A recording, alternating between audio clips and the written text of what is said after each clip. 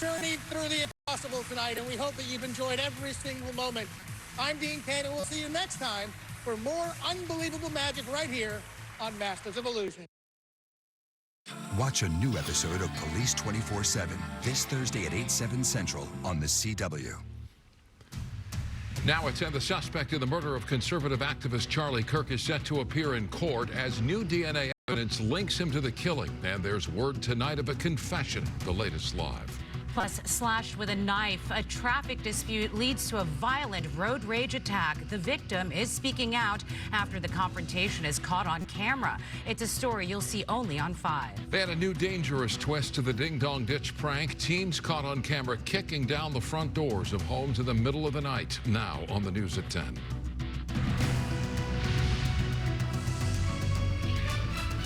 Good evening, I'm Micah Ullman. And I'm Cher Calvin. The man accused of killing conservative activist Charlie Kirk is due to appear in court in just a few hours and is expected to face charges that carry the death penalty. Tonight, officials are revealing new DNA evidence they say links Tyler Robinson to the rifle used to shoot Kirk, and there are reports he confessed to the crime. As prosecutors build their case against the 22-year-old suspect, evidence of a motive for the crime is focusing on Robinson's online activity. John Fenolio is here with us in studio with the latest on the case and calls for an end to the political division across the country. John? Well, Sharon, Micah, that's right. Suspected shooter Tyler Robinson reportedly confessed to killing Charlie Kirk in an online group chat. And tonight, we are getting our first look at some of the messages he allegedly sent after the assassination. Tonight, authorities say the suspect who assassinated Charlie Kirk, 22-year-old Tyler Robinson, carefully planned his attack and had a hatred for Kirk over his right-wing political views. His family has collectively told investigators that he subscribed to left-wing ideology. He claimed that he had an opportunity to take out Charlie Kirk and he was going to do it because of his hatred for what Charlie stood for. The Washington Post reports Robinson wrote on the instant messaging platform Discord, quote, "Hey guys, I have bad news for you all. It was me at UVU yesterday.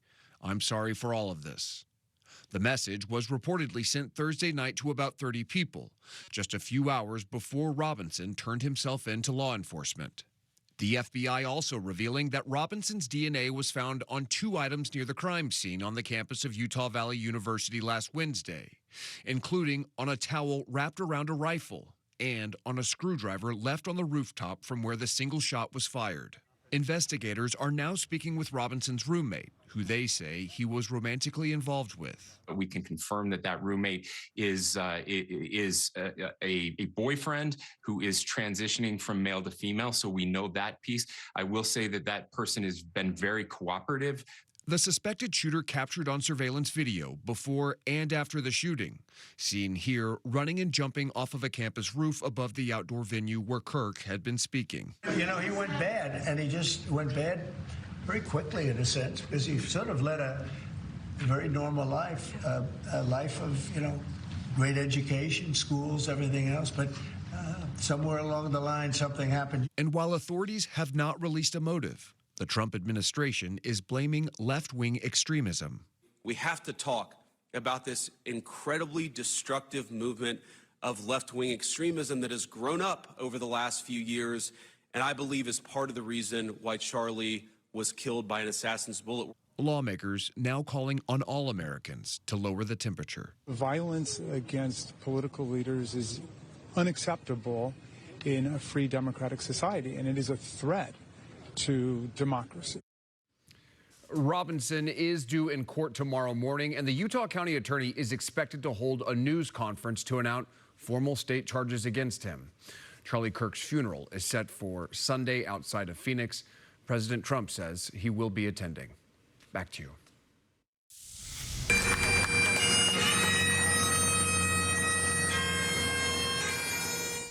Hundreds of people gathered in Moore Park tonight to hold a vigil honoring the memory of Charlie Kirk. That vigil included video tributes to the late conservative activist and featured several speakers remembering the influencer's impact and mission. Ventura County Sheriff James Fryhoff called for unity and urged the community to denounce all political violence. The White House ordered flags to be lowered to half-staff in memory of Charlie Kirk, but there was some pushback to that order. A memo sent to all LA City fire stations on Friday instructed personnel to fly the American flag at full staff unless directed by the mayor. But some fire stations defied that directive and flew the flag at half staff. Mary Beth McDade live with details tonight. Mary Beth. Yeah, Mike and Chair, Trump's directive to lower the flags to half staff has since expired. But when it was in effect, the LAFD they sent out a memo to all the different stations letting them know that they cannot lower the flag unless they receive a directive from the mayor. Well, we know from fire officials that the mayor never did order that directive. There have been conflicting opinions over President Donald Trump's order to fly flags at half-staff in honor of political activist Charlie Kirk. While some communities, such as the city of West Hollywood, lowered flags, others did not. On Friday, September 12th, this official notice went out to all LA City fire departments. All city flags shall be displayed on department facilities at full staff from 0800 hours to 1700 hours each day. Flags shall remain raised to full staff each day and should not be lowered to half staff unless directed by the mayor. And we know from an LAFD statement that directive never happened. The Los Angeles City Fire Department follows directives from the city of Los Angeles regarding flag display. Flags were lowered to half staff in observance of 9/11. At this time, the department has not been directed to bring flags to half staff. Although the mayor never ordered the directive, some LA City fire stations went ahead and lowered the flag before the president's order expired Sunday evening. Political analyst Matt Klink. It's petty. It highlights the ongoing feud that she has with President Donald Trump. Klink says this is no way to lower the temperature when it comes to political violence. Both sides say we've got to lower the rhetoric. It takes someone to go first. I just think this is a lost opportunity by the mayor.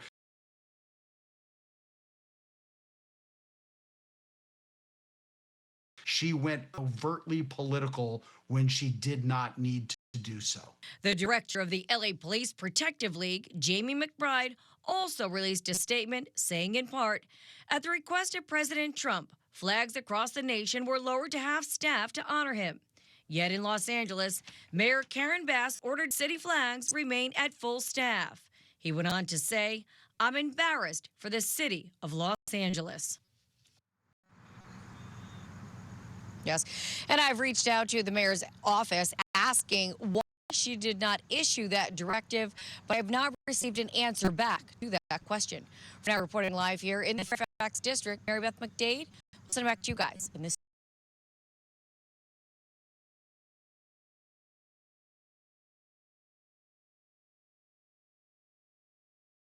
studio. Thank you, Mary Beth. Now to Anaheim, where a police officer opened fire on a suspect.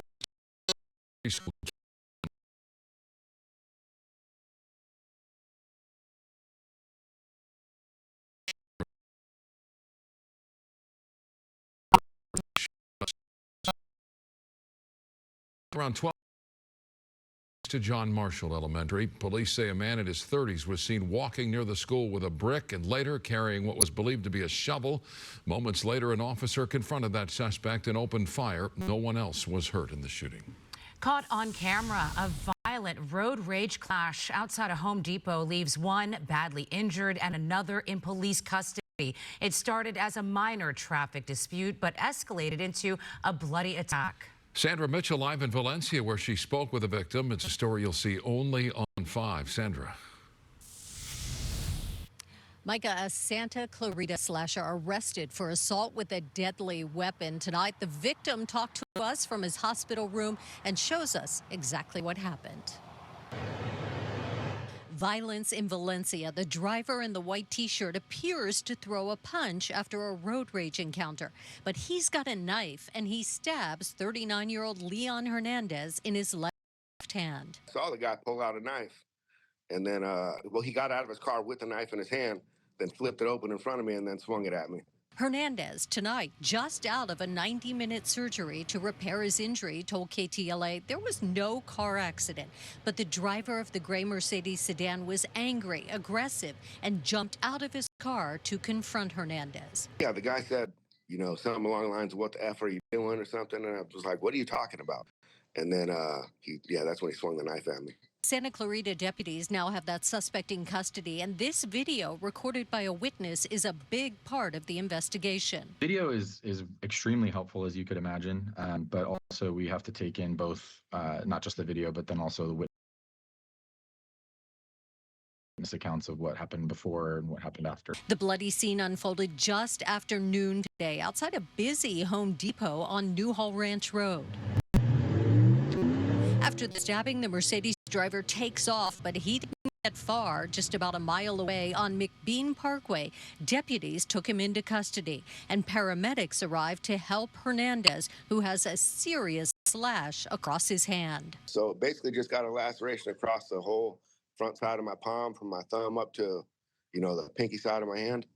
It was really deep in the thumb area.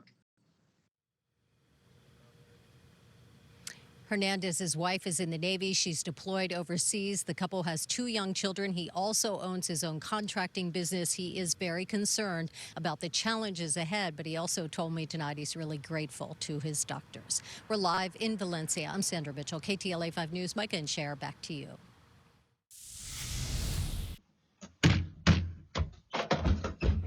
A new dangerous